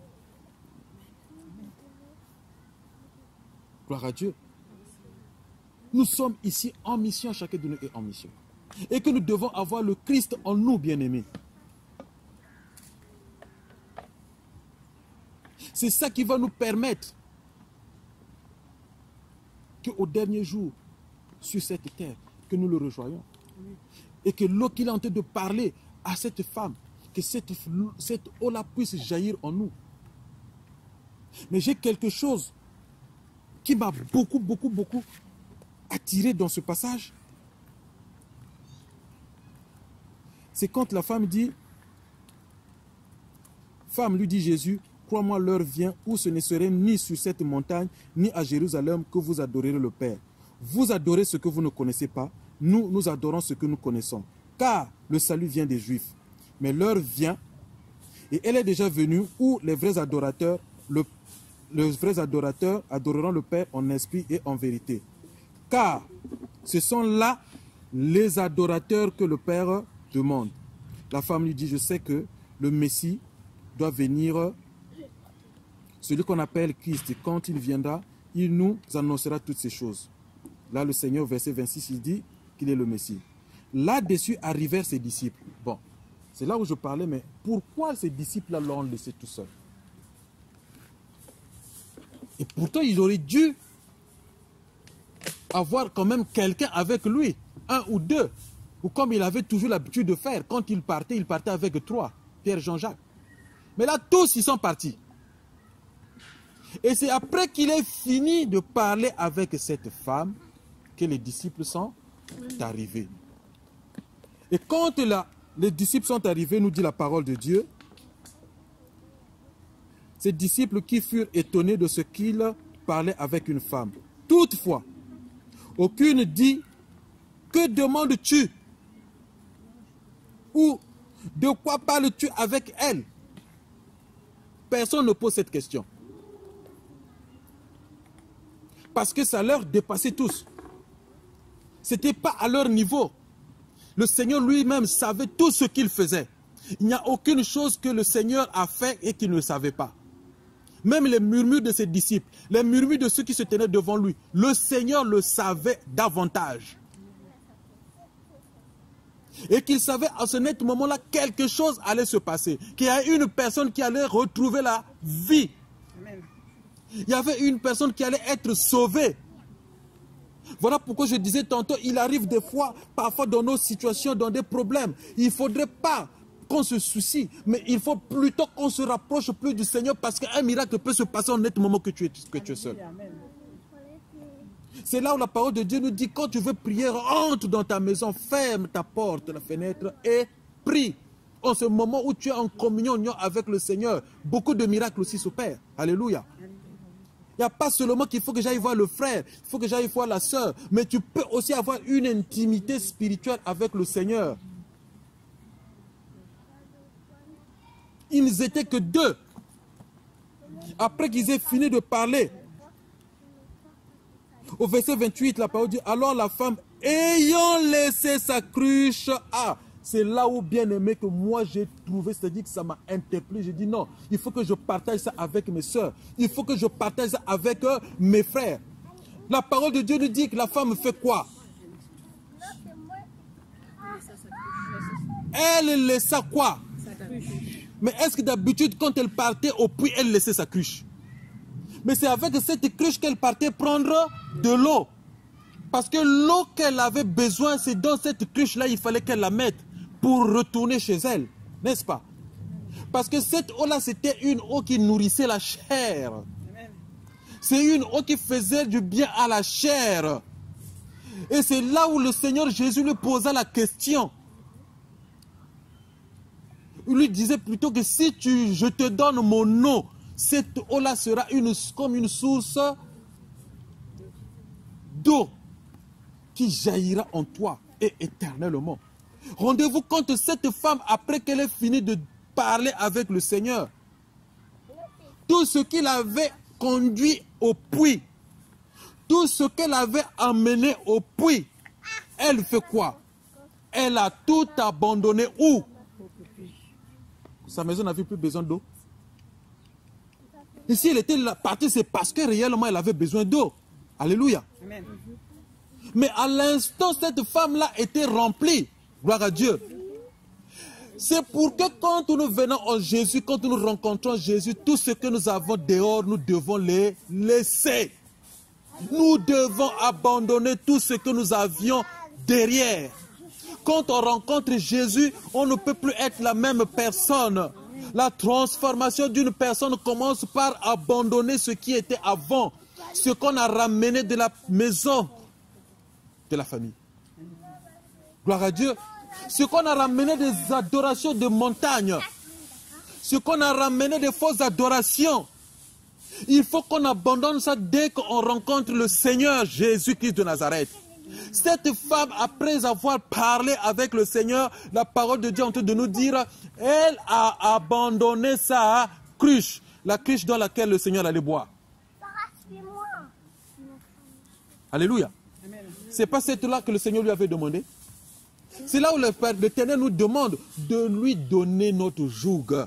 Et lui, il nous donnera le tien qui est léger. Donc le Seigneur lui a demandé sa vie. Il a dit que la vie que tu mènes, ce n'est pas bon. Les problèmes que tu as, ce n'est pas ça. Mais moi, j'ai ce qui va te rendre léger. J'ai ce qui va apporter la solution à ton problème. J'ai ce qui va t'apporter ta guérison. Mais il faut que tu abandonnes ce que tu as. Il faut que nous abandonnions ce que nous avions avant qu'on ne rencontre le Seigneur. Et pourtant, après qu'elle ait reçu le Seigneur, après qu'elle ait vu ce que le Seigneur lui a dit, elle pouvait encore prendre sa cruche et mettre sur la tête. Mais la parole de Dieu nous dit, elle a abandonné la cruche. Où était l'eau que le Seigneur lui demandait? Alors que le Seigneur lui a dit, l'eau que je te demande, si tu savais le don de Dieu qui est devant toi, tu aurais toi-même lui demandé de l'eau. Donc c'est dire que deux fois quand nous venons devant le Seigneur, nous avons des problèmes. Il faut qu'on abandonne nos problèmes à nous. Nous prenons ce qui est pour Dieu. Alléluia. Il faut qu'on abandonne nos vies derrière. Ce qui ne glorifie pas le Seigneur, il faut qu'on laisse et que nous prenons ce que le Seigneur nous demande de prendre.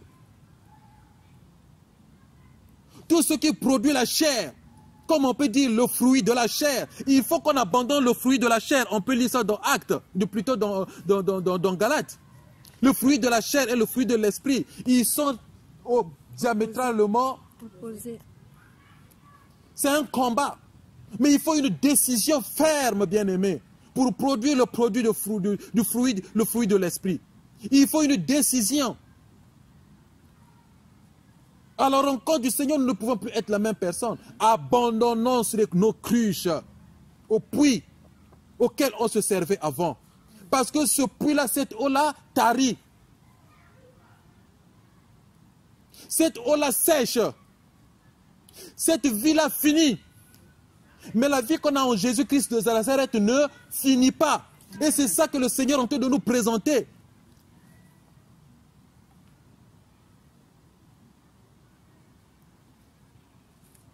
Mes frères et sœurs, à la rencontre du Seigneur, acceptons, bien-aimés, nous dépouiller des choses du monde.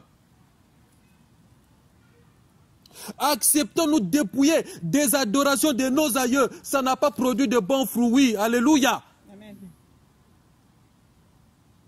Voilà qu'aujourd'hui le Seigneur est en train de nous dire que les adorations que nous avons faites, bien-aimés, les maisons dans lesquelles nous allions frapper dans le passé, que ces maisons-là, nous les fermons définitivement à cause de Christ qui nous a affranchis.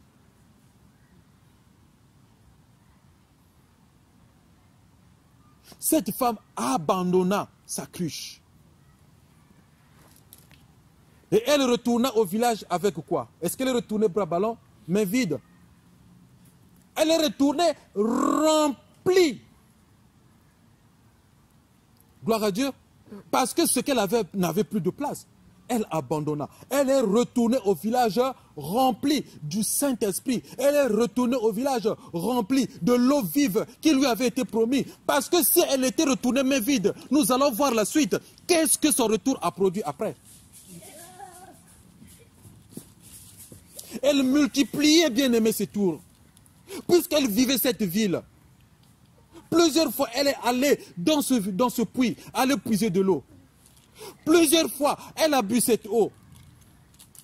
Mais sa vie n'avait jamais été transformée. Ça n'avait jamais changé la vie aussi d'une personne. Sinon qu'elle n'arrivait pas aussi Marie.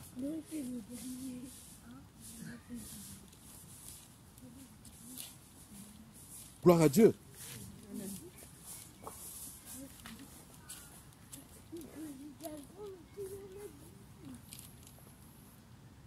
Alors la femme, ayant laissé sa cruche, s'en alla dans la ville et dit aux gens, venez voir, venez voir. Alléluia. Elle est en train d'inviter, mais elle, bien-aimée, qui était certainement les yeux du village à qui on pointait tout le temps le doigt. Mais c'est elle maintenant qui est en train d'appeler le monde, qui est en train d'appeler, oh gloire à Dieu, bien-aimé, une ville qui était considérée comme les hommes impurs. Mais il y en a une personne qui vient avec une bonne nouvelle. Amen. Chose croyable. Qu'on pourrait dire incroyable. Les habitants de cette ville étaient considérés impurs. Comme tu peux être considéré un rebelle, une rebelle dans ta famille. Comme tu peux être pointé de doigt dans ta feuille de mauvaises choses, on va dire que celle-là, celle-là, celui-là, celui-là. Non, mais le jour de la rencontre avec le Seigneur, bien-aimé, c'est toi, tu seras une lumière. Alléluia. Tu seras un témoin. Amen. Gloire à Dieu. Comme il est écrit dans Matthieu 5, 13, nous sommes le sel. Oh, tu deviendras le sel de ta famille. Alléluia. Nous sommes le sel de nos familles, bien-aimés. Alléluia. Il faut qu'on se le réclame, bien-aimé. Quand tu sais que tu as rencontré le Seigneur, il faut qu'on soit le sel. Et cela ne doit pas être de la bouche, mais il faut qu'on le sente en nous. Alléluia. Parce que cette femme est en train de le démontrer. Après qu'elle ait reçu le Seigneur, après qu'elle ait bu de l'eau vive, voilà ce qu'elle va faire maintenant dans une grande ville qu'on appelle Sichar. Mais c'est une femme qui vient pour rendre un témoignage. Amen. Je disais à maman tout à l'heure, maman, on va partager un passage. Mais ce passage-là, quand tu vas partir, tu ne partiras pas vide. On ne peut pas arriver à un endroit où on a reçu quelque chose qu'on peut dire que j'ai reçu et qu'on puisse se taire. C'est pas possible. Alléluia. Il faut qu'on apporte cela aux gens qui t'ont vu partir. Et à ton retour, ils t'ont vu venir rempli. Tu n'es plus la même personne. Amen. Amen. À cause de ce que tu as rencontré, à cause de la personne que tu as croisée, à cause de ce que tu as reçu de nouveau dans ta vie. Il faut que cela se vive, il faut que cela se démontre, il faut que cela se témoigne.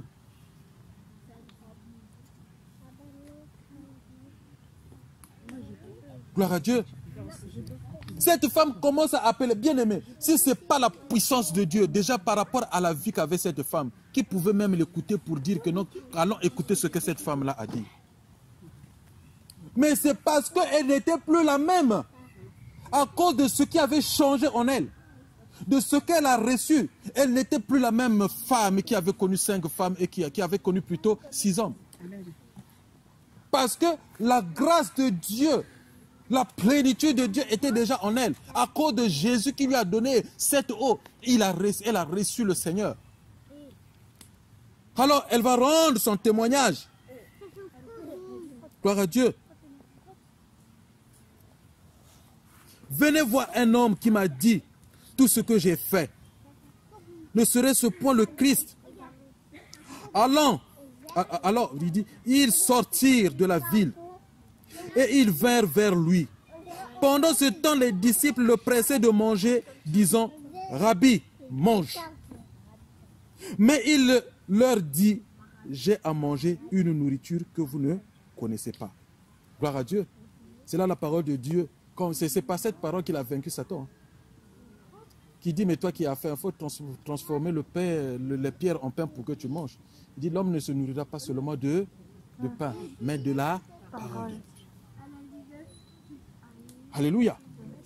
J'ai la nourriture. La parole de Dieu est une nourriture qui nous donne la vie.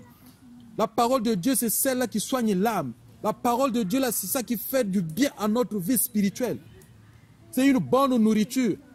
Quand tu la manges, tu ne peux plus avoir faim. Alléluia. Tu ne peux plus avoir faim. Les disciples se disaient, donc, mais il leur dit, j'ai mangé une nourriture que vous ne connaissez pas. Les disciples se disaient, donc, les uns aux autres, quelqu'un lui aurait-il apporté à manger? Jésus leur dit, ma nourriture est de faire la volonté de celui qui m'a envoyé et d'accomplir son œuvre. Ne dites-vous pas qu'il y a encore 40 mois jusqu'à la moisson? Voici, je vous le dis, levez les yeux et regardez les champs qui déjà blanchissent pour la moisson. Mais on va aller au verset 39. Au verset 39. Qui peut lire le verset 39? Plusieurs Samaritains de cette ville crurent en Jésus à cause de cette déclaration formelle de la femme. Il m'a dit tout ce que j'ai fait. Suivant. Aussi, quand les Samaritains vinrent le trouver, ils le prièrent de rester auprès d'eux. Et il resta là 2 jours. Suite. Un beaucoup plus grand nombre crut à cause de sa parole. Et il disait à la femme, Ce n'est plus à cause de ce que tu as dit que nous croyons, car nous l'avons entendu nous-mêmes et nous savons qu'il est vraiment le Sauveur du monde. Amen. Oui, amen. Amen. Amen. Bien-aimés, plusieurs Samaritains, à cause de ton simple témoignage, maman, que tu vas te donner au Cameroun, Alléluia. à cause de ce que tu as vu, que tu as sorti de ta bouche, plusieurs vont se dire, mais à peine tu es allé pour un mois, tu nous apportes un témoignage aussi fort. Dire que oui, aimons-nous les uns les autres. Alléluia. C'est en Amen. Jésus qu'il y a la vie. C'est en Jésus qu'il y a le salut. C'est en Jésus que nous sommes sauvés. Alléluia. J'ai vu ce que tu as vu, maman. Que ça ne soit pas pour toi seul, mais témoigne cela. Pour que quand Dieu va envoyer ses ministres venir, ceux-là aussi vont voir exactement ce que toi tu es venu voir. Amen. Ce que tu as témoigné. Alléluia. Parce que cette femme-là n'a témoigné que ce qu'elle a vu et a vécu. Bien-aimé, elle a abandonné la cruche qu'elle avait ramenée du village pour aller puiser au puits. Mais arrivée au puits tellement rempli du Saint-Esprit de Jésus-Christ de Nazareth, elle a abandonné ce qu'elle faisait avant. Donc elle a abandonné son ancienne vie pour la nouvelle qu'elle a rencontrée, Jésus-Christ de Nazareth. Alléluia. Puisque c'est de l'eau qu'on parle. Donc elle a été rassasiée. Ce n'est pas de l'eau qu'on voit avec nos propres yeux. Mais ce qu'on voit avec nos propres yeux, elle a abandonné la cruche. La cruche, on la touche, gloire à Dieu. Mais l'eau vivante, l'eau qui donne la vie, l'eau de Jésus-Christ de Nazareth, on ne la voit pas. Mais on l'expérimente dans l'intérieur. Alléluia. Comme on a lu sur le juif, nous vivons cela dans le spirituel. La vie de cette femme-là n'était plus la même. Elle a été transformée à cause de la rencontre qu'elle a faite avec le Seigneur.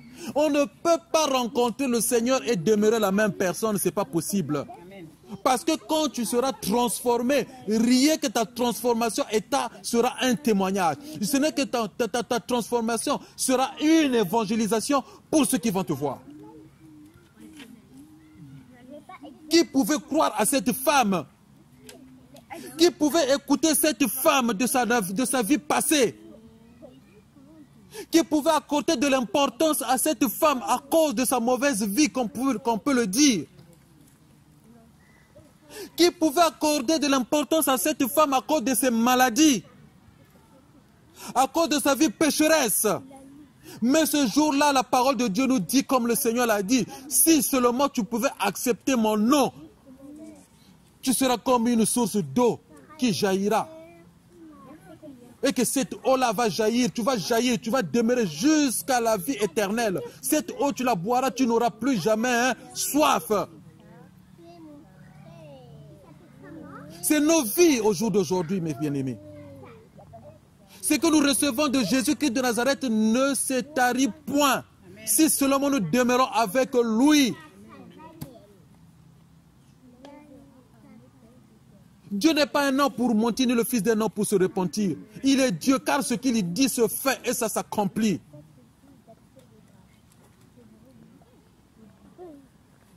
Alléluia. Plusieurs Samaritains. Quand on dit plusieurs, c'est qu'il y a des hommes. Même qui pouvaient vouloir lapider cette femme. Mais en ce jour-là, cette femme-là était quelqu'un d'important dans cette ville. À cause de la rencontre qu'elle a faite avec Jésus. À cause de l'eau vive qu'elle a reçue. Plusieurs sont venus à cette femme. Et on dit, la parole de Dieu dit qu'il crut. Les plusieurs là qui sont venus, ils ont cru au témoignage que cette femme-là a rendu. Plusieurs crurent en Jésus à cause de cette déclaration formelle de la femme. Elle m'a dit tout ce que j'ai fait. Aussi, quand les Samaritains vinrent le trouver, ils le prièrent de rester auprès d'eux. Et il resta là 2 jours. Gloire à Dieu. Un beaucoup plus grand nombre crurent à cause de sa parole. C'est la parole de Dieu. C'est la parole de Dieu qui nous libère. C'est la parole de Dieu qui nous convainc de toutes choses. Nous devons nous familiariser avec la parole de Dieu. Nous devons la méditer nuit et jour comme il a été recommandé à Josué. Cette parole, médite-la jour et nuit. Ne t'éloigne pas de cette parole. Car c'est en ce moment que tu vaincras, que tu résisteras, que tu vas survivre. C'est en cela que tu auras la victoire sur tes ennemis. C'est sur cette parole-là. Nous devons la méditer nuit et jour. Nous devons la mettre en pratique. Nous ne la méditons pas, mais il faut aussi la mettre en pratique.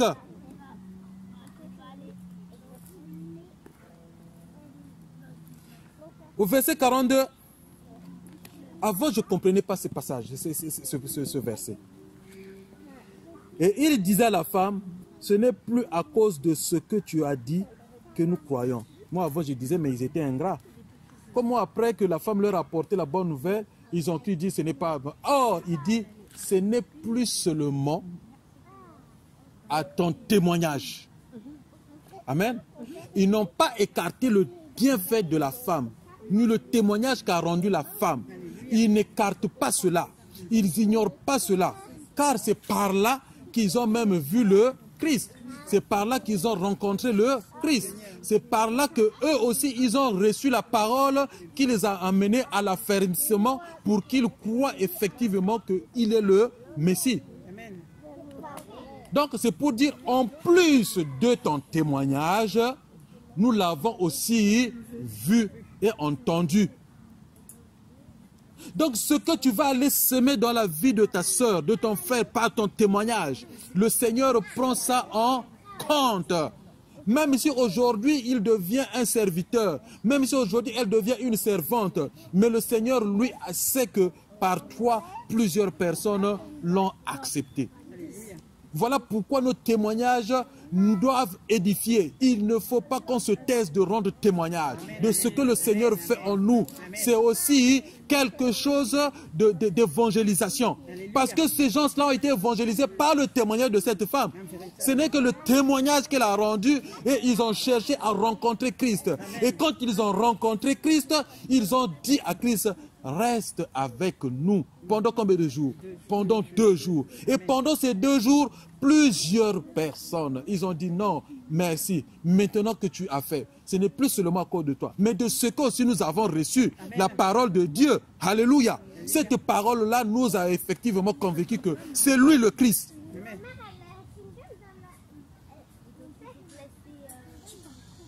Alléluia. Donc, ne taisons pas nos bouches. Quand tu sais que le Seigneur est passé par là, nous devons le témoigner. Nous devons le dire. Amen. Voilà pourquoi je rends ce témoignage-là. Que les enfants de Dieu que nous sommes, pas dans la chair, mais dans la puissance de Dieu. J'ai vu ce témoignage-là. J'ai vu l'amour de Dieu au milieu du peuple de Dieu. Alléluia. Amen, alléluia. Ce n'est plus seulement à cause de ton témoignage. Mais comme nous aussi nous l'avons vu, aujourd'hui nous sommes convaincus que c'est vraiment lui le Messie qui est venu pour nous sauver. Gloire à Dieu.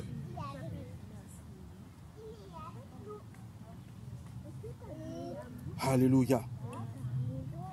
Car nous l'avons entendu nous-mêmes et nous savons qu'il est vraiment le sauveur du monde. Jésus-Christ de Nazareth est le sauveur du monde. On n'a pas précisé seulement de la ville de Sichar. Mais on dit bien que du monde. Et que cette parole soit prêchée partout. C'est écrit dans Matthieu, chapitre 24.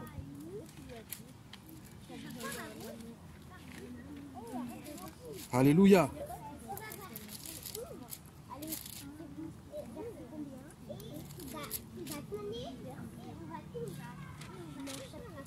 Matthieu chapitre 24, verset 14. Cette bonne nouvelle du royaume sera prêchée dans le monde entier pour servir de témoignage à toutes les nations. Alors viendra la fin. On n'a pas encore fini. Donc, il faut qu'on continue. Ton témoignage, ma soeur, ton témoignage, mon frère, il faut le rendre. Amen. La parole de Dieu, il faut qu'on l'enseigne, cette bonne nouvelle du royaume. Il faut qu'on la prêche partout, cette bonne nouvelle, dans le monde entier. Nous, à qui Dieu a fait cette grâce, nous ne devons pas garder ça pour nous-mêmes. Nous devons aller partout dans le monde. Gloire au Seigneur.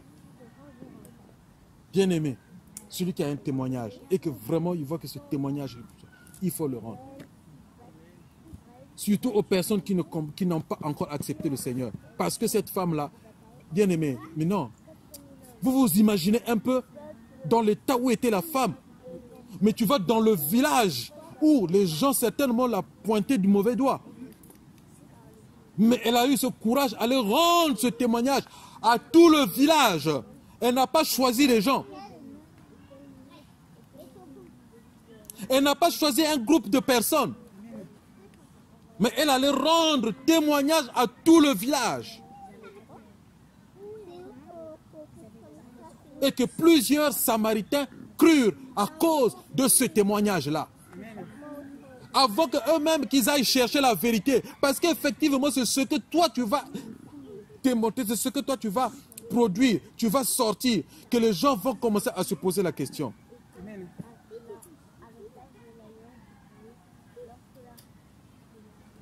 Pour repartir au témoignage que j'ai donné pour le jeune homme de ce matin, celui qui lui a donné le témoignage, c'est quelqu'un en fait qui s'est converti dans ma maison.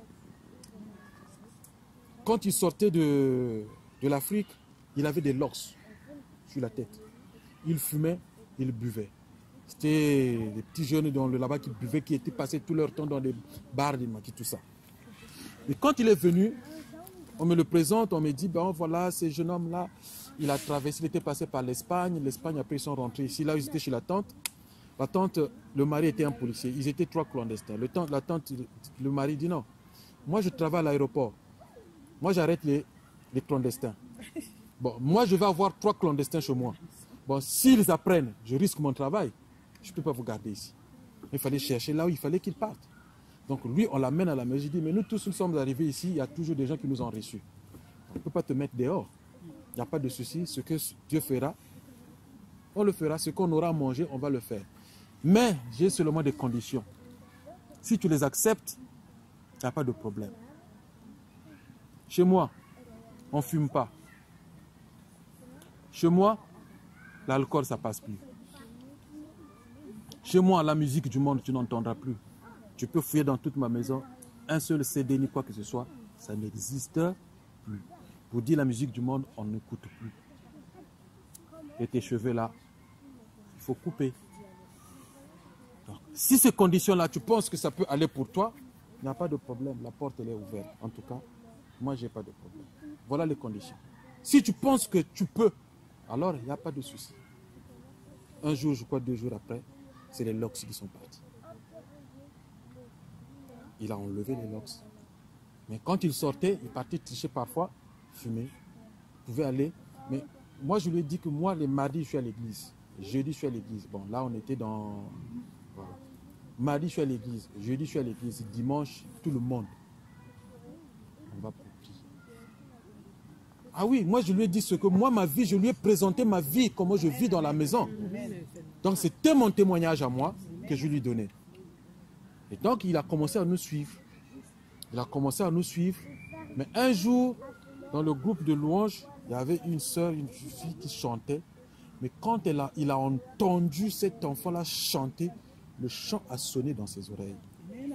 Il est venu à la maison, il dit, moi je vais aller chanter dans le groupe de louanges. Alléluia. Il dit, mais toi tu n'as jamais, il dit, moi c'est le groupe de louanges. Bien aimé, il ne savait pas chanter. Même quand il était là-bas, tu le voyais parfois, il ne connaissait pas les chants, mais il tenait le micro. Mais il voulait être à tout prix dans le groupe de louanges. Voilà là où est venue sa conversion. Aujourd'hui que je vous parle, il prêche les paroles. Alléluia. Et là, à l'église, il a eu une jeune fille. Après, ils se sont mélangés. Ils ont dit, moi, ça, dans ma maison, non. Pas question de ces choses-là. Ils se sont organisés. Il a fait sa dot. Aujourd'hui, ils ont 2 enfants. Alléluia. Là, ils vont se marier en octobre. Donc, c'est dire que notre témoignage, nous devons le donner à ceux qui viennent vers nous, à ceux que nous rencontrons. Ça aide. Amen.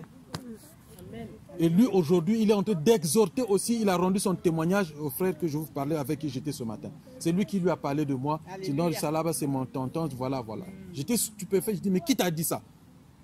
Il dit, c'est Sylvain. Bon, là, j'ai seulement souri. Je ne pouvais plus rien dire d'autre. Après, j'ai commencé à partager avec lui. Amen. Donc, notre témoignage, quand nous le rendons, bien aimé, ça a une puissance. Que Dieu nous bénisse. Amen.